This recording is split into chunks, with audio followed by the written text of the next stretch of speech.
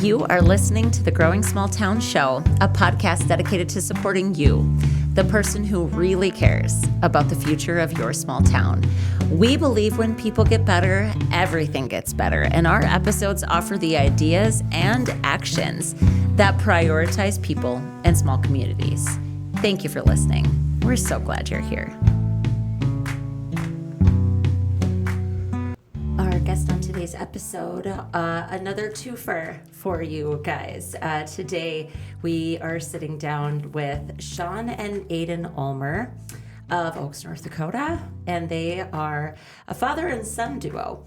And Shawn and his family have owned a really cornerstone key anchor business in our community for multiple generations. John's the second generation. We talk a lot about how the restaurant business has been a huge part of his life, how he kind of came to love it, and now Aiden has returned. And the biggest reason, so I mean, this bar restaurant is called the Angry Beaver Lodge.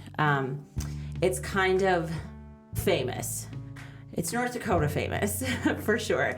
And so we wanted to talk a bit about that. I think we're one of those communities, we're just really, really lucky that we have a place in town where we can get a steak. That's like a thing that people will say, like, oh, I just wish we could get a steak. Well, we get to eat them and they're delicious.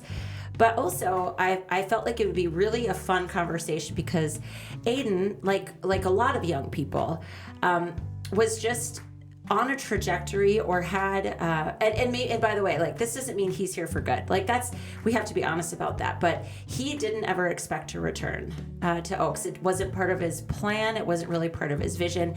And so we talk a lot about, you know, what either changed his mind or what was it about the opportunity that made him decide to return. And on a personal note, this family means everything to me. They're just such important people in my lives. So this was honestly just a thrill. It's always a thrill to do this show, but when I get to sit down and have these kinds of conversations and actually make my good friend Shawn, like on the jump, at the jump, a little bit uncomfortable, it's like the thrill of my life. So big booming voices, big huge personalities. Please enjoy this conversation with Shawn and Aiden Ulmer. Here we go. Hey guys. Hello. Welcome to the show. Yeah, thanks for having us. I know. Look at you guys. You both are going to have to lean a little closer to that mic. I know. Okay. There we go. Oh, look at you guys. Look so adorable. Okay, you're my second duo in person. So thanks for bearing with the single mic situation. All good. No problem. You two are two of the chattiest men I actually know, and your solemnness is actually delighting me to pieces right now. My wife said when I left to come to this, she said, I said, okay, I'll see you in an hour. She goes, you, Chili, and Beck, I'll see you in 2. She's not, well, we'll see. It depends if we get you guys warmed up here.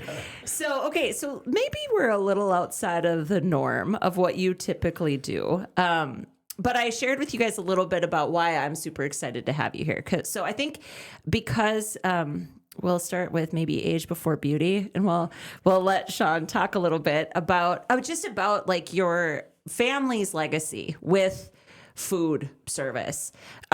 Because, okay, so, you know, I've been back for what I was saying, 17 years-ish or something. We invite, you know, we have friends that come and visit. I've sent Angry Beaver t-shirts to people because the name's a thing, right?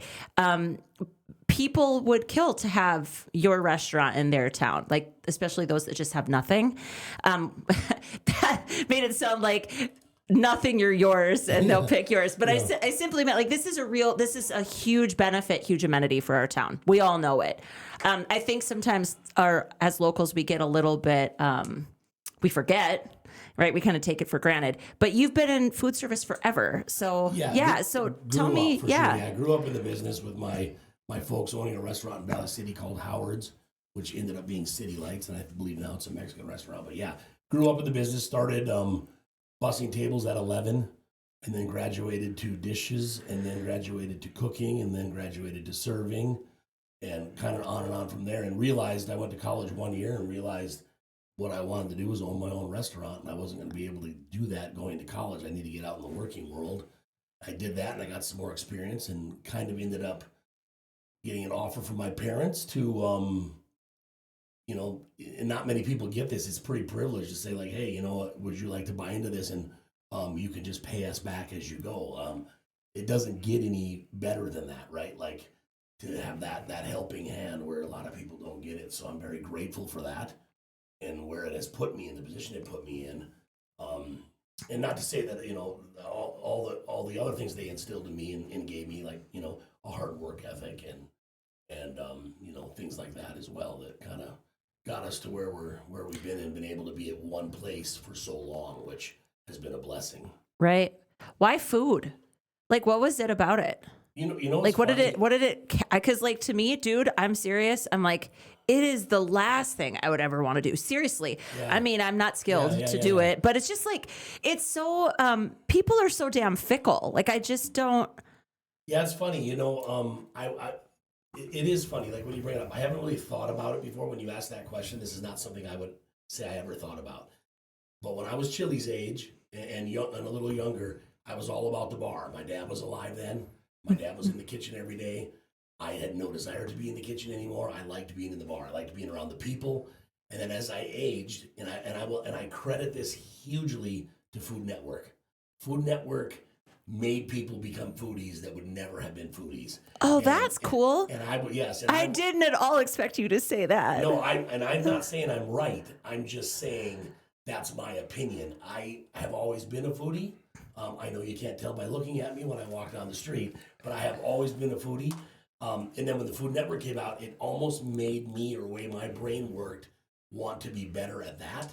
And of course, I got older, and my kids started to get older, and you're like, I don't want to stay here till 2:00 in the morning anymore. So my brain and my body graduated to the kitchen and to pour kind of more into that. So I think that's where the food part of it came from. Right. Again, always been a big deal to me. Yeah. Cooking at home, cooking for myself, cooking for other people, cooking whatever. Trying new ideas, recipes, things, has always been a big deal. I think I graduated from inventing the drinks to inventing the food, and doing that. And then with my dad dying so early, I kind of was pushed into it, like I didn't really have a choice. Someone had to go into the kitchen. Right. But I was definitely ready to do it, and I welcomed it. And like I said, I feel like it's just a passion of mine. So yeah, that's super interesting. I have told, like, friends that don't know you guys, like friends of mine from out of town, I'll be like, yeah, we're going to the lake. And then I'm always like, the guy who owns the lake, I'm always like, the guy who owns the lake cabin owns the Angry Beaver Lodge. They're like, what?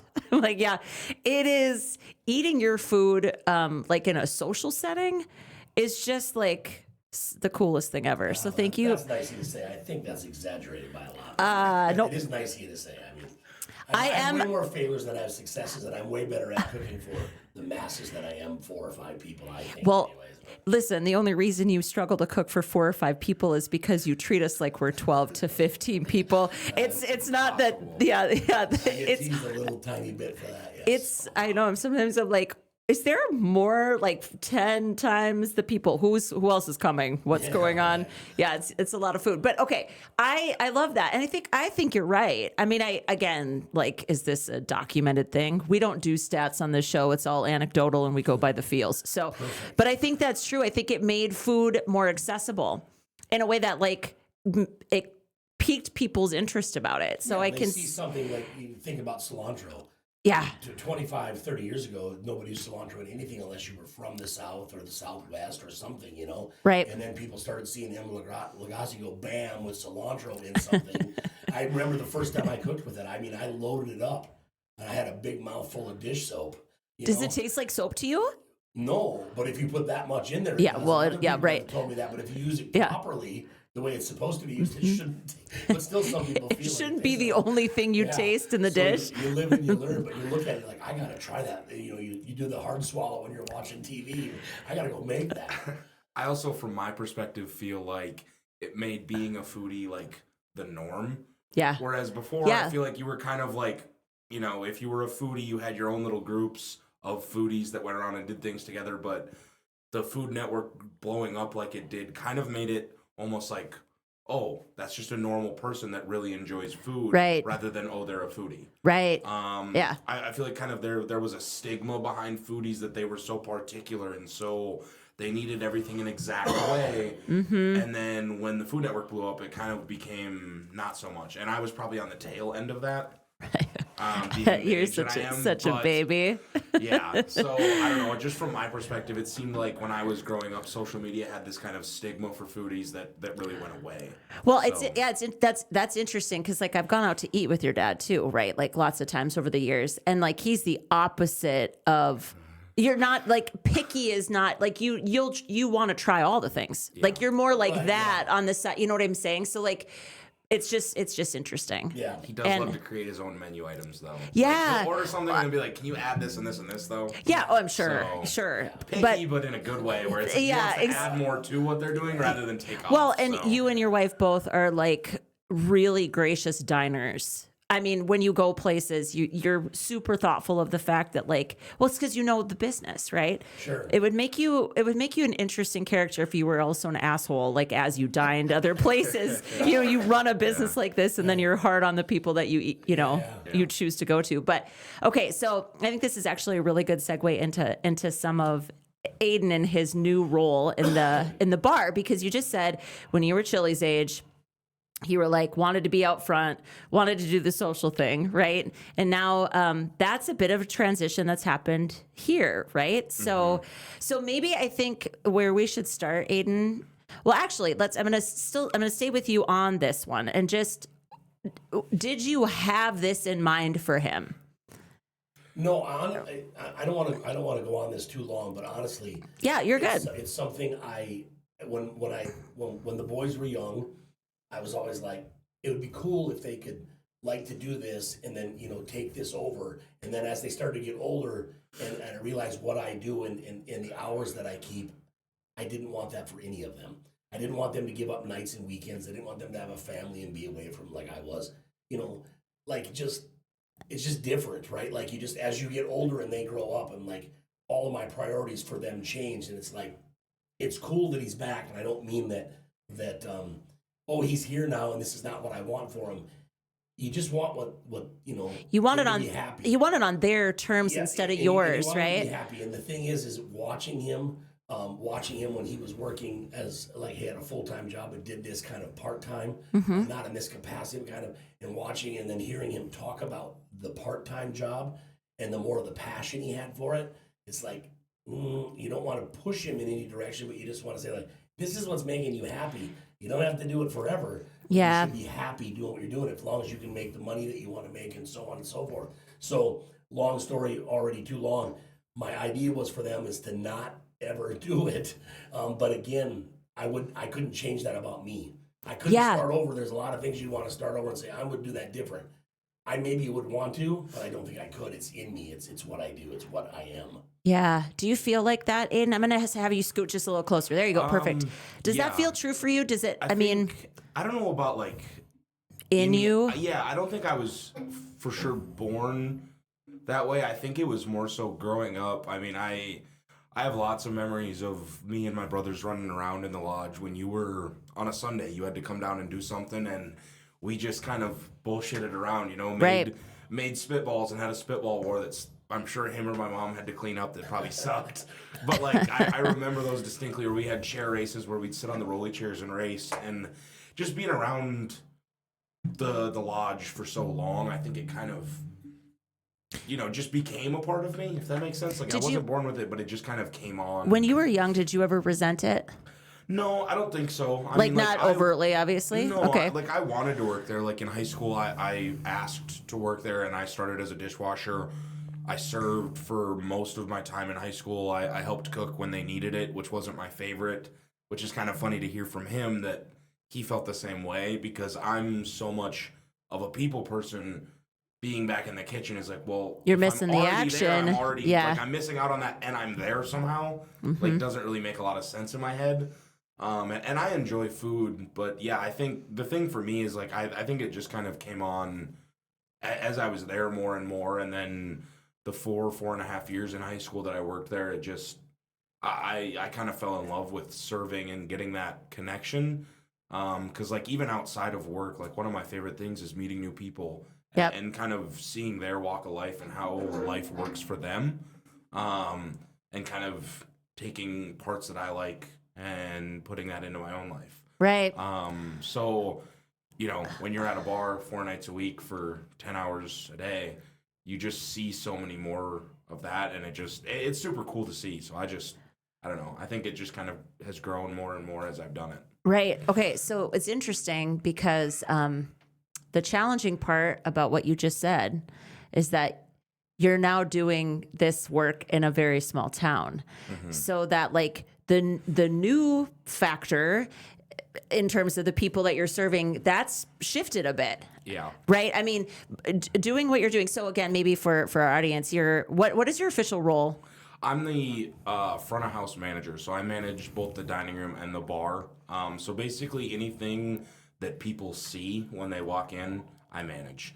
Okay. So I kind of technically have nothing to do with the kitchen. Obviously, if they ask The my input, the actual food. yeah, Right. is nothing But the that I'm staff. doing. But The yep, staff? So staffing is on me. We're kind of doing a gradual implementation, which I'm very grateful for, just because when I came back to help, I had no intention of doing this. I actually had another job lined up and realized how much I enjoyed it, and him and my mother also saw that, and so they offered me the job. So it wasn't like, you know, when I came back, I had this intention of doing this. So, you know, we're gradually getting there to where I'm getting all of the responsibility and all of the, you know, the tasks that go along with it as we go, which is really nice to kind of get into a flow and then add something else rather than all the tasks all Yeah. at once. It's also a new job. I mean, right, Shawn? Like this wasn't a position that a person had that you very much were just like, okay, here's the job description, Aiden, right? And okay, so that's okay. So a few things. I think that's a natural transition for family. In the case of your kid coming back, I think that's natural. I also know that it's really hard. Because it's new to both of you. You, Shawn, are giving up, having to kind of give up some of the control. What has been the hardest thing about passing on? Because let's just be real about it. Front of house, the only thing that matters more than that is the actual food. Like in terms of a person's experience in the bar or in the restaurant, right? Like. And honestly, sometimes it can matter more because it can overcome. I mean, it can 'cause if you overcome. have a bad meal, but you have great service and everything else is great. 100%. You're still compelled to come back a lot of times. Totally. Especially if people are saying that their food is good. You're knowing that you just got a bad experience probably one time. With the food, or and you then, pick something that didn't serve your palate or whatever. Yes, exactly. Right. Yeah. So I kind of went through this before with Tom. He's not obviously a relation of mine, but he feels like it a little bit. there's not enough room in this podcast studio for Tom too. We've been together a long time. But I gradually let him kind of take over running the kitchen over time, kind of like what we're doing with Aiden. That was hard for me. Yeah. Not because of the guy's extremely talented. He can do anything in there that he wants to do, and I kind of give him full range to do it. My point is, for me, it was just like the way I do things, right? Like everyone's got their way of doing things, and that was the harder part to give up. I do remember, and I think I said this to Chili as well when he first started, people saying all these things about, what a great job he's doing, he's better than you, all these things. And I can remember thinking to myself how my dad, I think he felt threatened by me a little bit because of my personality, right? And not like my dad didn't have a big personality as well, but because I kind of was in the bar all the time and he was in the kitchen and people were coming in to see me and say hi to me. And for me, it's almost a thing of pride if they say that to me. I probably sounded what I said there like I'm picking on my dad. By no means am I. I think he struggled with it more because he was the guy out front. And even though he was in the kitchen, that people were like, we're here to see Dick. We're here to see him. We're here to eat his food. We're here to whatever. I come out, I got this big personality. I get these younger people because at the time I'm Chili's age. And I get all these young people coming in to see me. I don't know that he felt threatened so much, but I think maybe more threatened than he felt disappointed because I think he was proud of me as well. I haven't felt that though, and I was never worried about it. Yeah. Because I never thought about it. But then when people started saying that, I'm like, oh, this could be something where I maybe should worry, but I really don't, because I want them. I want them to be able to have that success and that. Anyways, yeah. And it's super cool that you actually I think it's really cool that you experienced kind of a similar transition to what Aiden is going through right now. And by the way, for our listeners, Aiden and Chili are the same person. Colloquial. Yeah, we go back and forth. But I think it, like 10 years ago, even just a decade ago, you were the guy they came to see, Shawn. Like, so what you just described, it is you, it was you, and it still is for a lot of people. Oh, but for that, sure, right. Yeah. That new kind of ushering in a new generation, a new group of people. Well, yeah, because my age group, you start at a certain point, especially when you talk about the bar side, you kind of age out of it, right? Yep. It's not something it's not something you would even sit down and think about. It's just the way the world works, it's the way your body works, your brain works. So I'm that age. All of my customers that are age, you just start, aging out of it. So now he's bringing in, his age group and his friend group, and it's awesome to see. Yeah. Yeah, it's been really tough too. I mean, I'm not here reading a bunch of articles and stuff, but I see headlines and I read a little bit, and the new generations are going out less and drinking less. They are drinking less. That's factual. Yes. We're not going to quote the stat. Like I exactly. said, we don't look up stats but, on the show. Yeah, but I've seen real. a lot of headlines that kind of say that and are showing that trend that less and less people are drinking, and less people are drinking more often as well. So when they go out, they're drinking less, and they're actually going out less. Yeah. So that's been something that I think hasn't been super affected in our small town area. But I'm wondering, as I'm working, I'm really thinking about that. Like, he's told me a lot of times that he ushered in his generation into the bar. And that's kind of in the back of my head of something that I'd like to do, is really get all of our, the people my age from our community, in more. But it's been kind of tough because it's becoming less of the norm to go out. Right. So yeah. What do you, how are you thinking about that challenge? What are you thinking about doing? And the hardest thing is that obviously you need to sell booze. Like that's what it is. But what does an alternative to that? Like what are you thinking about? I think for us, the big thing is people really want community, at least in my head. A lot of people more want community than they want to go out and have a beer. And that's kind of what you're doing. When you're going out and having a beer, you're not, for the most part, you're not just going out just to drink a beer. You could do that at home.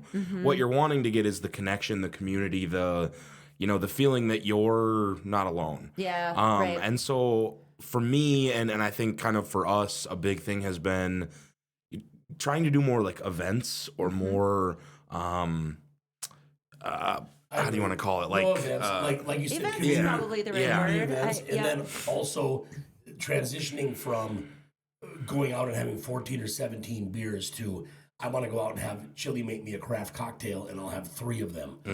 Right. The issue is now that craft cocktail, instead of being a $4 beer, might be an $8 craft cocktail, but you're only having 3 instead of 14. And you still get, because of what the cocktail is, you still get your 3 hours out with friends, and then maybe there's an event, like he said, that we planned, or he has planned and put together for you to be out and, again, be in the community and being out. It's just a different way to do it. So finding that transition is... Have you been, really, really building out craft cocktails? I've been trying, and something that I really wanted to do is do like a drink or a few drinks of the month that you don't really see after they're done. And one thing that I've been trying to do with them is use spirits or liquors that aren't common, or that I see are common with people my age, because I think a lot of people now kind of find their groove and they stick to it, which is cool. But sometimes you love something and you never even get to try it. Right. And so that's something that I've been trying to do, is use either kind of different liquors or spirits or different ingredients that people might say, oh, I really enjoy that. And then that gets them to either come out more, or it might even just get them creative in their own home bar and say, man, I really like this. I love that. I love that so much, because that's when I go out, if anywhere I go, actually, I almost never just get a vodka soda. You know what I mean? Like, why would I go to a special neat bar or have an experience and just drink the same thing that I drink? I know I get it. Some people, it's just like a creature of habit thing. It's what they do. But I think there's a real benefit to like exploring that. Because like you said too, I think it's really special. Like that's what that, and again, you've done that with your seasonal menu. You've done that with the food side of things.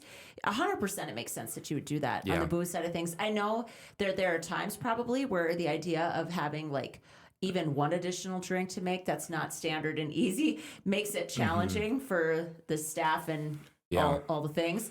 But I think it's a way that you're opening up people's minds to try different things. And you're doing it through food and drink, which I think is really cool. And one thing for me too is, people, since I've been back, and really we had the special seasonal menu when I was in high school serving, but I feel like I hear it more often now that I've been back, that people are saying, oh, let's go up to the Beaver for this on the seasonal menu. And kind of what I'm looking for with my drinks is, let's go up to have 2 of those rather than, because maybe they're not hungry, maybe they ate at home, which is completely fine. But then if you can still get them to come out for a drink or 2, even if it's just 1 or 2, but they wouldn't have came out before, that's kind of the whole goal, is generating that people coming in even when they wouldn't have before.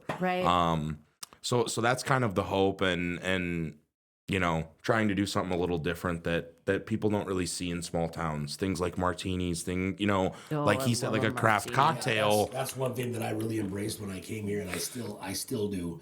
Town of 1,800 people, I'm trying to offer something that you don't get, whether it be our choice of 60-some different beers we carry, or because we ran bone marrow and toast points one time as a special. You're not getting that in a town of this size. And it's like something to hang your hat on for us. It's so special.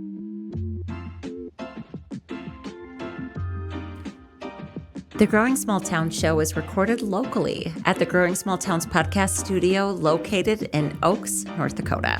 It's produced by Pheasant Canteen Studio in Aberdeen, South Dakota, with marketing support from Cassidy Johnston in Canyon City, Colorado. Our intro music was created and produced exclusively for Growing Small Towns by James Bergman, singer and songwriter from Fargo, North Dakota. Local and small, it's what we support and it's who we love. Get your community a shout out on the podcast. Call 701-203-3337 and share your small town success that you just don't feel is being celebrated quite enough, and let us shout you out. You can also share your biggest people challenge, and we'll dedicate an episode to offering ideas to help. Hell, you can basically tell us anything, and we'll do what we can to answer. We can't wait to hear from you.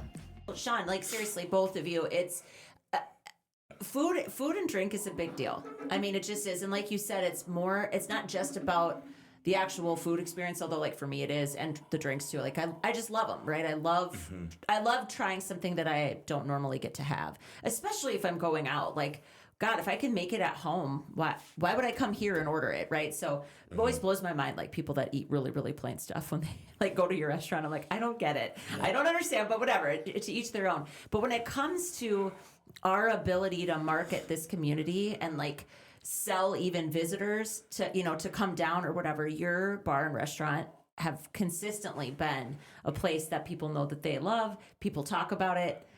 The name, can we talk about the name? Sure. I actually don't know why you named it this. And we've been friends for a long time now. So yeah. You never heard the story? I have not. Okay. No. It's not a long story, so it won't be that tough to get through, I guess. So we owned it before, my wife and I with my parents. It was called The Cabin. It was called The Cabin forever. We sold it out. Someone else purchased it. There ended up being some liens on it, so there had to be a name change. We would not have changed that name. Oh, you just would have kept it, yeah. We would have kept The Cabin just because it was so... And people still, we don't take a lot of checks anymore, but we still get a check once in a while wrote out to The Cabin. You're kidding still? 6 years later. But so when I sold up my shares and we were getting ready to move back to Florida, we had bought a bar down there. The kids were watching the Angry Beaver cartoon on TV on a Saturday. And normally I would have been at work, but we had sold out our half of the cabin. So I was there watching, and I'm like, this would be a really cool name for like a bar, like a saloon or something. And we were going to name it the one down in Florida. And when we got down there and kind of saw the area, it wasn't really fitting. It was kind of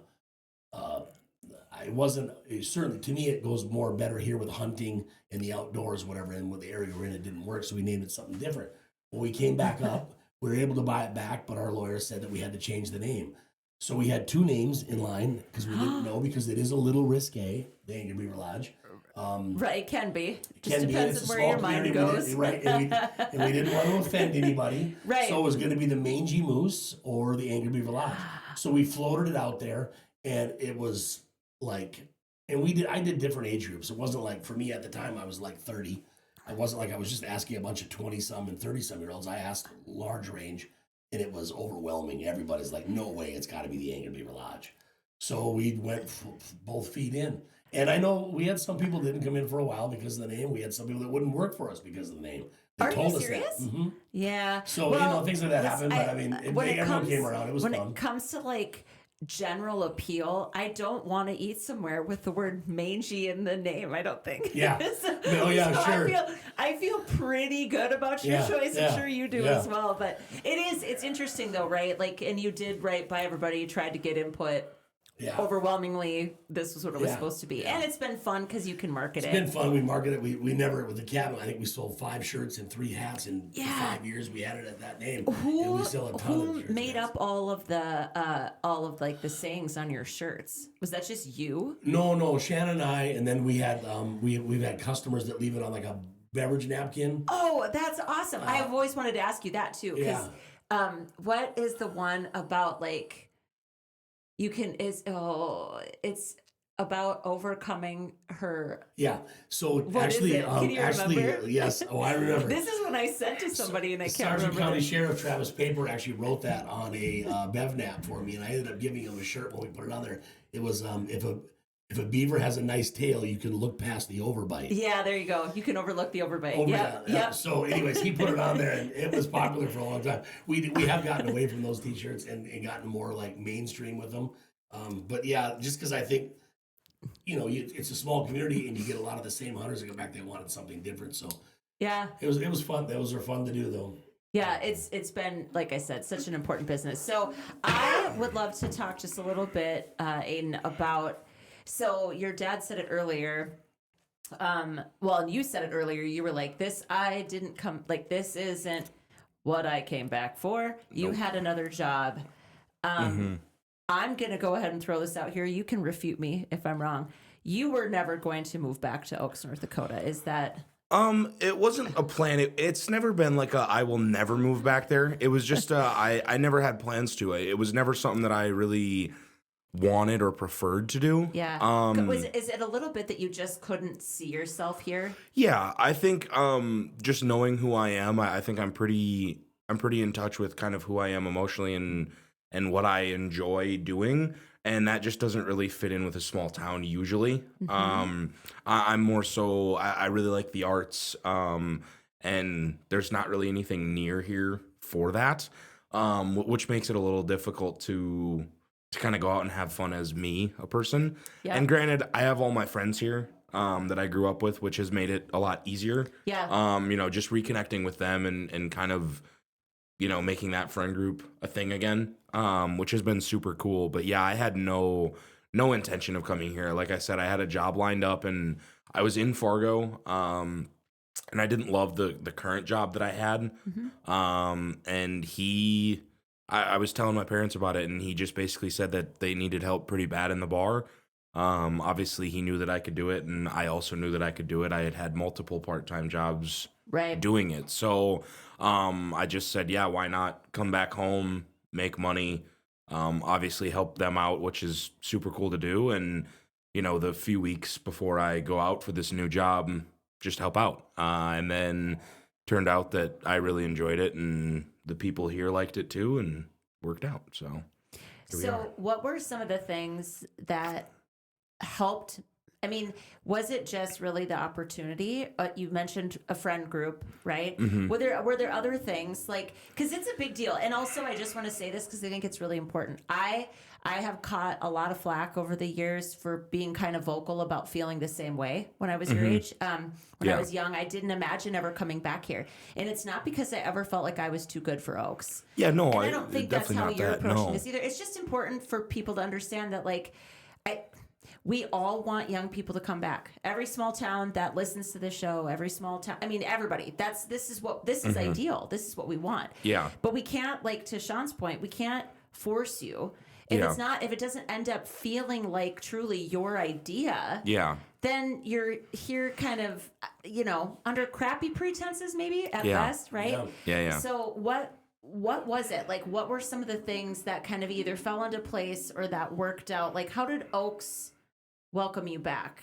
Like, what did we do right, if anything? We meaning the royal we, like the community in general. Yeah. I think the biggest thing was, kind of like you said, just like the friend group kind of reaching out. Obviously, I stayed in touch with them. We have social media. We have, phones that can do anything basically in our pockets. And so I was obviously in touch with most of them. But then coming back, it was just super cool to see, like, people saying, oh, like, come over and do this. And it wasn't like I had to ask, like, hey, do you guys have any plans? It was kind of just like I never left, which was super cool. It was basically day one coming back. Let's do this. Let's go out and do that. Let's go here, as a group, which was super cool, to basically not skip a beat, even though I hadn't been in Oaks for, I don't know, what was that, 10 years, almost 9.5 years. I hadn't lived in Oaks. So yeah, it was just super cool to see kind of my friend group just welcome me back in with no ifs, ands, or buts. Right. And yeah, it was kind of a lot of that. And then the community obviously showing up at the lodge too. I feel like the first 2 months, they're already our busy season, but I still feel like people came up just to kind of say congrats and thank me for coming back. Yeah, welcome home. Yeah, we're very the community generous. Very generous here. I mean, this community has been awesome. We've lived around a little bit ourselves and made this our home, moved away, realized we made a mistake, moved back type of deal.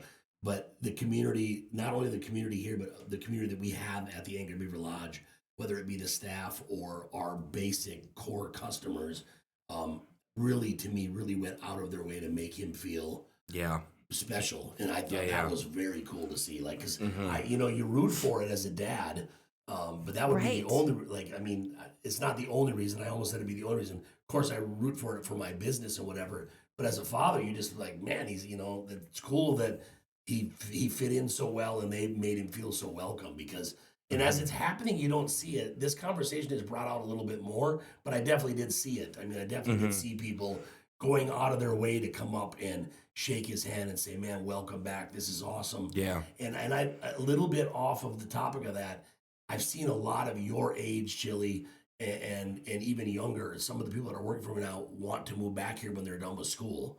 And so many other people around your age have moved back very recently. Yeah. And it's awesome to see. It says incredible? A lot. Like you're not seeing that and go 60 miles around us. Totally. Stay out of the bigger communities. Yep. And you're not seeing anybody have that but us. It just gave me goosebumps. I know. It's so a what very do cool you, community. like both of you, from both of your perspectives, what do you think is in the water? Because like the biggest thing about that is that everybody wants to know why, right? Like what is it? What are we doing? Like so seriously, what do you think are some of the things that contribute to that?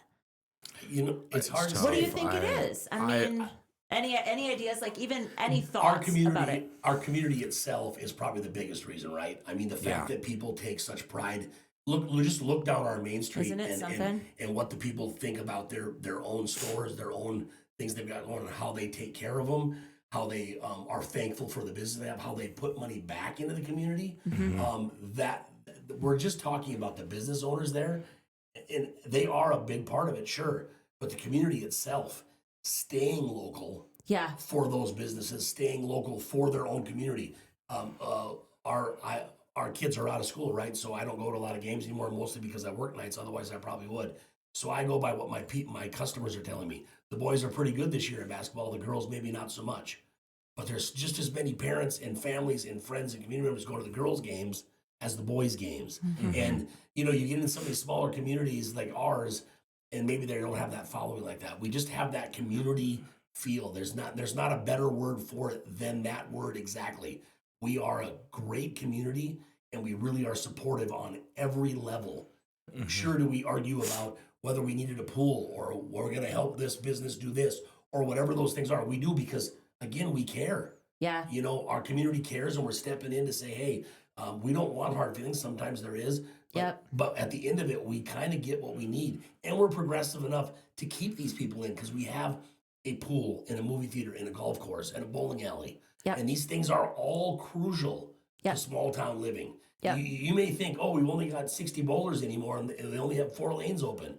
You want that bowling alley to stay here. Yeah, because right. it's a little bit of culture in our community. Exactly. You know what I mean? It's not the culture maybe Shirley's looking for, but it's something for them to have. Right, but that's just it. It's here, and if those doors close, getting them to reopen will be hard, right? Like really difficult.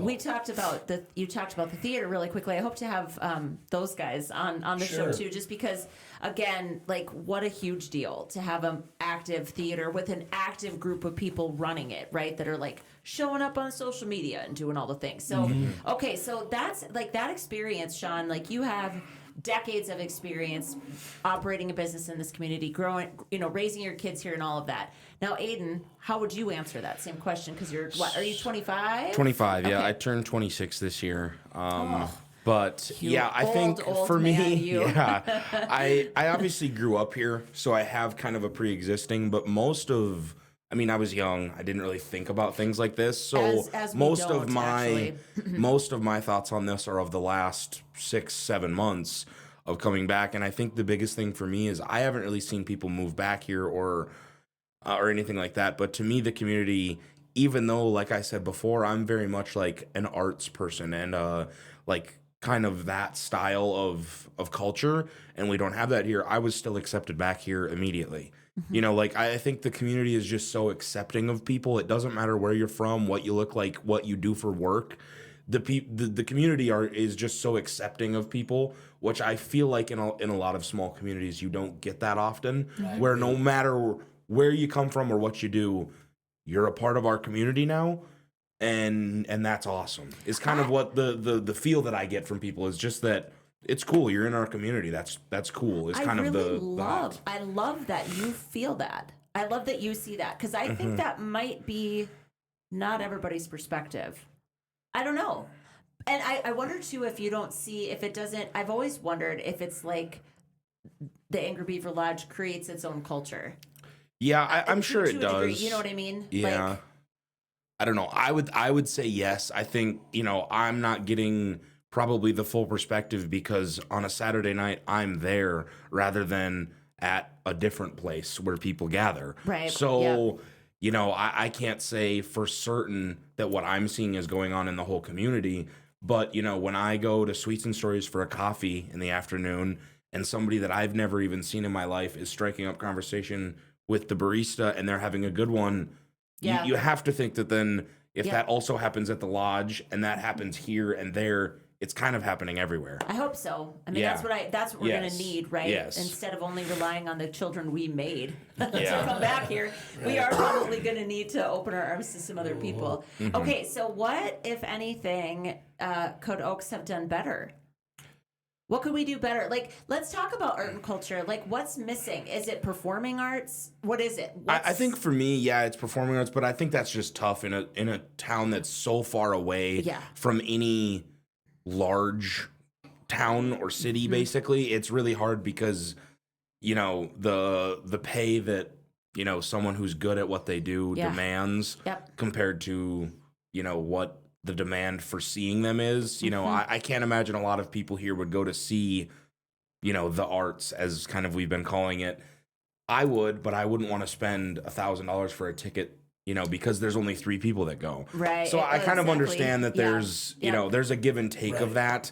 But I don't know that there's much more that we can have here, really. I mean, honestly, it seems like for a small town of our size and where we're located, we have almost every amenity we could ask for, really. I 100% agree, and I feel like I've been kind of stomping my foot or saying this for like a long time. Like, I feel like our community, my wife and I made the same choice you made, right? We moved to a small community. We were living in a big community, and we like those things as well. We like being able to have some culture and some things to go see. And we made the sacrifice to come here because raising your family here is bar none way better than anywhere else we lived, right? So we made that sacrifice. And you call it a sacrifice. Is it really? I mean, it's pretty spoiled to even say it's sacrifice. Yeah. But we come here and then you just say, I'm going to take the time like you're doing now. I'm going to take the time. I'm going to go get my culture. Yep. I'm going to have a job like I would anywhere else. I may have to drive to Fargo to get some little bit of culture. I may have to fly to Spain to get some lots and lots of culture. Makes sense? Yeah. But I think the point that I'm trying to make is our community, small in size, has what it needs to make everybody, like, you know, to be a great community. You don't need to have a McDonald's and a this and that or whatever it may be. When you have these things that the big cities have, then you're just like that. Yeah. And then maybe it's not as good to raise a family, or maybe this and that. Yeah. Not saying that bigger cities are not good to raise families. I'm not saying that. I'm just saying that our community is awesome, and we have a lot of things that other small communities don't. And that's kind of more of what I'm kind of resting on there. I did think of something, though. Probably more housing. I think would be something. Just, I feel like what do you me think coming we here need as a 25-year-old? I truly think housing is the biggest thing, and part of that is definitely stemming from that Applied Digital. Absolutely. Having so many employees needing housing in that area. I'm sure that has been a part of it, and I've kind of seen that as well with people coming here saying, well, we can't find anywhere to live, but we work in Ellendale, and where do I go? And so I got really lucky, you know, finding an apartment, but I genuinely, I don't know if that apartment wasn't open, there is almost nothing for a long while. I mean, exactly. And which is fine. And they were gracious enough to let me do that. But I mean, nobody wants to live in their parents' basement, and everyone wants to have their own freedom. Your experience here. Oh, for sure. It would have changed my experience. So curfew at our house when you got to be home. Yeah. So did he ever? No. Did he? No. Right, but yeah, I think that to me is something that stands out as, you know, I'm not saying we need a 10-story apartment building, but, you know, something more that that would allow people to live here. I mean, because we've all discussed that it's awesome to see people come back, but if people came back right now, where would they live? There's no homes for sale. There's no apartments. There's no nothing. So then you're wanting people to come back, but you have no infrastructure to house those people. Right. Well, then you have no way for people to come back. Right. So. And because of that situation, the shortage, then everything's high. Yeah. So then you're coming back and you're like, oh, I'm paying big city prices for small town living, and, you know, the numbers don't add up. So yeah, it's an issue for sure. I agree. Yeah. It is. I think it's a challenge everywhere. Yeah. Yes. Housing everywhere right now is it's just nuts. tough. It's just tough. Yeah. Well, and again, like putting up brand new, like I think our newest apartment buildings are the ones on the west side of town. Yes. And they were built in like 1995. Yeah, I was just say 30 years ago now, I think. Yeah. And we still call them the new apartments. I know. I know. You know where the new apartments are? Yeah, you know the new apartments. And you're like, yeah, some kids were not even born. Yeah. Like the ones Like in the me, room yeah. were not even born. So yeah, it's and that's tough. But I think it also, though, I just do want to speak to the fact that your apartment, this is something that I think, you know, more and more communities need to at least be looking at, is that unused potential residential living space above Main Street. Yes, and I can say this: it's been incredible living there. Oh God, I love. It's so beautiful. Yes. You have the prettiest. Yes, apartment. and I'll say this: I mean, I lived in Fargo for a year and a half, but before that, I lived in New York City, and everywhere was walking, and I loved it. And I think more people would love that aspect of New York City than they would think. You know, you think of like, oh man, I have to walk 10 minutes to go to the grocery store, but it's something that you don't. Our bodies were built to walk. Exactly. And it's just unfortunate because we need cars where we live because Mm-hmm. obviously our town is so isolated. But that's a major goal of mine that I don't talk about a lot. But like if I could find a way to just really encourage walkability. Yes. And Main Street, like our little Main Street's really got a lot of opportunity. Oh, yeah. But these apartments that have been renovated above Main Street really give you that lifestyle. Yes. We And like I've lived used there, my right? car. We lived above the theater Yeah, yeah. when our family was displaced for 4 months, and I said, I'm like, this is I am meant to live this way, you know, to walk to the grocery store, and then you go more times, but like it's the complete opposite of like a Costco run. You know what I mean? Where Yes. you're like loading the back of your car down with stuff to last you for 2 months or whatever, right? Yeah. It's really interesting. Yes, and granted, I'm a little different because I'm a single dude who also works nights and weekends, so Yeah. a lot of times I'm eating while I'm there. Yeah. But like grocery runs, I just run, and you know, my bags for just me is not gonna fill a car, so I just walk there. Right. You know, I've used my car like maybe 20 times since moving back, and it's been 7 months. It's like crazy to say It's that, really but cool. I think that's really cool. it's super nice. Yeah, like it's been awesome. I'm spending way less on gas. I'm getting exercise, which is obviously good. I don't know. There's something about it that very much I enjoy, and I think a lot of people would enjoy, but they've never had the chance or the opportunity Right. to even do. So, Yep. so So yeah. we all just need to keep looking at that space above our storefronts Yes. and figure it out, right? Because we Yes. still have some that could happen in Oaks. I mean, Definitely. it'd be cool, be good. Okay, well, so I appreciate you guys coming in. Is there any other things you want to share about this journey? So this represents what? You represent third generation? Was your dad's dad, like, he started? Yeah. Okay. Was, yeah. I was wondering how many generations this was. Yeah. He's third generation, right? Okay. I'm the middle child. Right, yeah. Yeah. This doesn't always get to happen. That you know, like I think about the businesses like that my husband and I've run, you know, Jeremiah Farms, like we do the same where you look at your kids and you're like, are they like, who knows if they're going to want to, but I totally agree with you, Shawn, that I want it to be because they really want it. Yeah.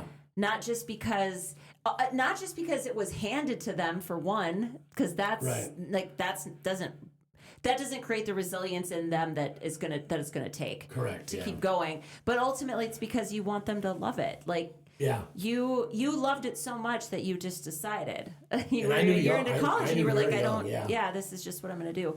And by the way, Aiden, this doesn't mean that like this conversation in no way is like, Yeah. okay, well, you went on a podcast with me once, and so you can't leave. Yeah. We don't know. We don't No, know what's going to come next, right? Yeah, and I've definitely been very vocal about that too. Like you know, a lot of people kind of joke around with like, "Oh, so now you're here to stay," and my response is almost always, "I don't know that yet." Yeah. And I'm not scared of that. I'm not scared of saying I don't know. I'm terrified. Well, yeah, I don't know in 5 years if this is still going to be right for me.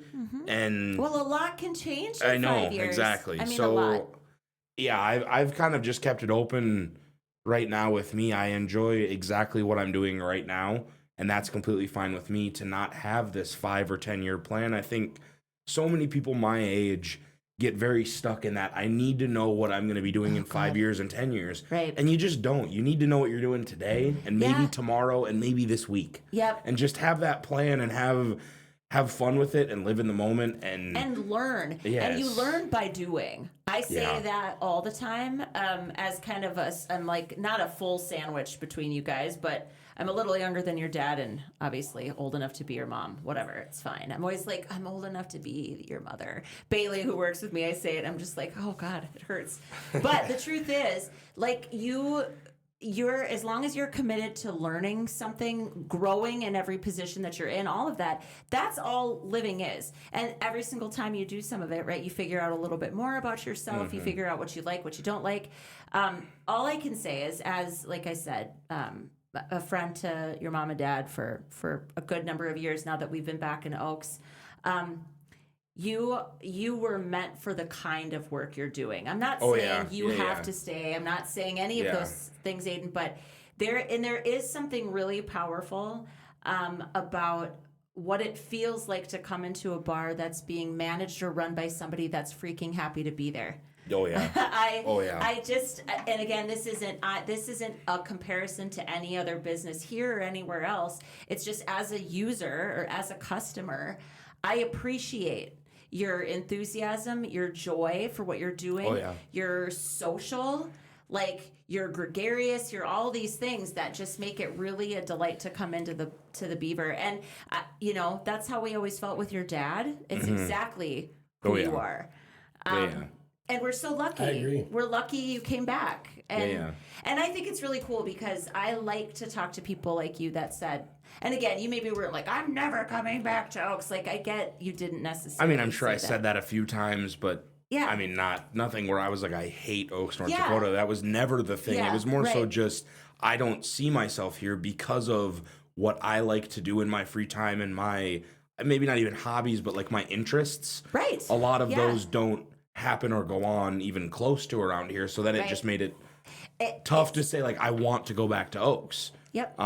Yep. But being here, like he said, like I have the opportunity to go places then to get that. So that's just, you know, it's kind of maybe the best of both worlds, I guess. Right. Well, I think Shawn, you used the word sacrifice earlier, and I think what it really maybe is a compromise. Yeah. Right? Because you recognize that you're giving up maybe immediate access to some things, and so then you have to like craft a way to get those things in your life. Yep. But that's easier in my mind anyway. If the job, like where you're spending so much of your time, and if you love that, you Yeah. can figure some of the other things out. You Absolutely. know, to a degree. Really thankful to both of you. Shawn, your business, again, it's something that's been an anchor of this community for years and years and years, and a hard business. It's got to be hard. Oh, I mean, And you for kind of, me, when you enjoy what you do, and I still do, Yeah. and I always have, it is getting harder now just because I'm older. Like some of the, you know, sometimes when you have late nights or you've got, you know, long days and on my feet or whatever, just because I'm getting older and I'm way too overweight to be on the concrete that long. I mean, so that makes it harder, but it's still, I like what I do, and like I said, the community's been great to us, and it's not all Shawn and Shanna Ulmer. I mean, the community has been very supportive through good and bad and all that, and just. I'd also say the staff has been incredible too. I mean, I haven't seen it the whole time, but I mean, Our staff growing is up, incredible. yeah, our staff that has full-time jobs and that help us out when they can, they're awesome. The young kids that have come through here start as maybe freshmen or sophomores and then work till they graduate and then take that job on to, you know, to work, have a job at college. Those kids have all been great. Our full-time staff, it used to be, you know, and I've told this story a lot, but the first 10, 12 years we were in business, we had over 1,500 employees that signed W-2s, or W-4s, pardon me. That's a lot for a town of 1,800 people. That's the you know, what we went through. That's the churn. Yeah, and that's a big turnover, and you just get people, some of them, you know, you don't remember their names at the end of the year because they only worked 2 nights or 2 weeks. And now, I mean, I don't think we've employed 100 different people in 5 years. So, you know, you get that turnover rate to go away and you get the same people there, and you know, it's just. Well, and that's interesting, right? I think some of that is you get better too. Right, Not to say sure. that you were leavable however many years ago, but you maybe get better at seeing cues, you know, like kind of picking up on. Yeah, I mean, You still, if someone applies, you still almost always give them a chance. So there's no cue there you're going to pick up on in a small community. Help is hard to find. You're going to give somebody a chance, and whether they work out or not. Yeah. But it's just the idea that the way we say, where you learn like, okay, you know, this person here needs a little bit more help to get to where they need to be, and this person here also doesn't want it or need it. Leave them alone and let them do their own thing, and don't micromanage them. Mm-hmm. So, you know, you pick up those cues to get along, but that for sure has made it easier for me. Where, like I said, it got harder, but that's one part of my job that definitely got easier because we're going through less help and less turnover. Right. The other thing, though, to just remind everybody that listens to this, the biggest thing that you guys do, it's not just that you provide a good, you know, dining experience or bar experience. It's that you create community. that overcoming of social isolation is such a big deal. I'm just going to use this. This is an actual statistic. So the Attorney General talks about social isolation being as dangerous as smoking. I think it's 7 cigarettes in a day. Like daily smoking has the same impact on your long-term effects of your health. And we fall victim to that here in the Midwest, especially in a small town where you're a little more isolated. It gets dark and cold in the winter. People stay in. Oh, yeah. And so I just want to encourage you, especially Aiden, not to ever lose sight of the fact that that's where your brain's at as far as what your job is, you know, because it's going to become more and more important. And you've already done some really cool things that I've seen. Again, like I haven't gone to all of them because I'm just you know. You got a life too. Obviously, there's stuff going on. Most of it's happening in a gym somewhere for us right now, but it's just really important, and you understand that, and I think that's going to continue to make you successful, whether you stay with us here in Oaks or you don't. Yeah. But we are really happy to have you back, and thanks for sharing kind of the whole story of the Angry Beaver Lodge with us, guys.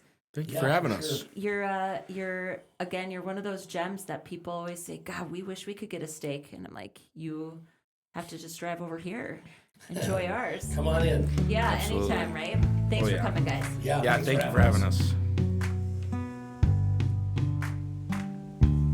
We hope you loved this episode of the Growing Small Town Show.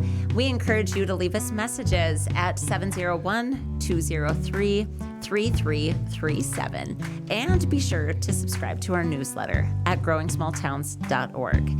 In the meantime, keep doing what you can with what you have right where you are. Your community needs you. Because we are growing small towns. We are growing small towns. We're right here living our best lives, as crazy as it sounds. But we are growing small towns. Growing small towns, we are growing small towns.